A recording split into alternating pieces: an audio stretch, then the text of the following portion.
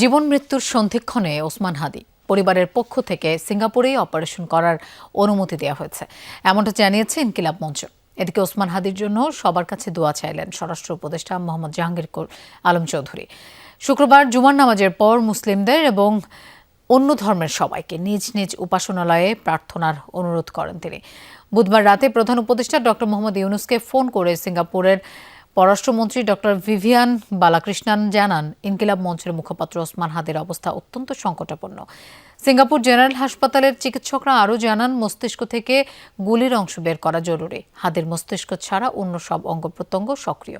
4 December পুরানা পল্টনের বিজয়নগর এলাকায় দুর্বৃত্তদের হামলার শিকার হন ধানমন্ডি 8 আসনের সম্ভাব্য স্বতন্ত্র প্রার্থী ওসমান হাদি। প্রথমে ঢাকা মেডিকেলে জরুরি অস্ত্রোপচার করা হয়, পরে চিকিৎসা দেওয়া হয় রাজধানীর এভারকেয়ার হাসপাতালে।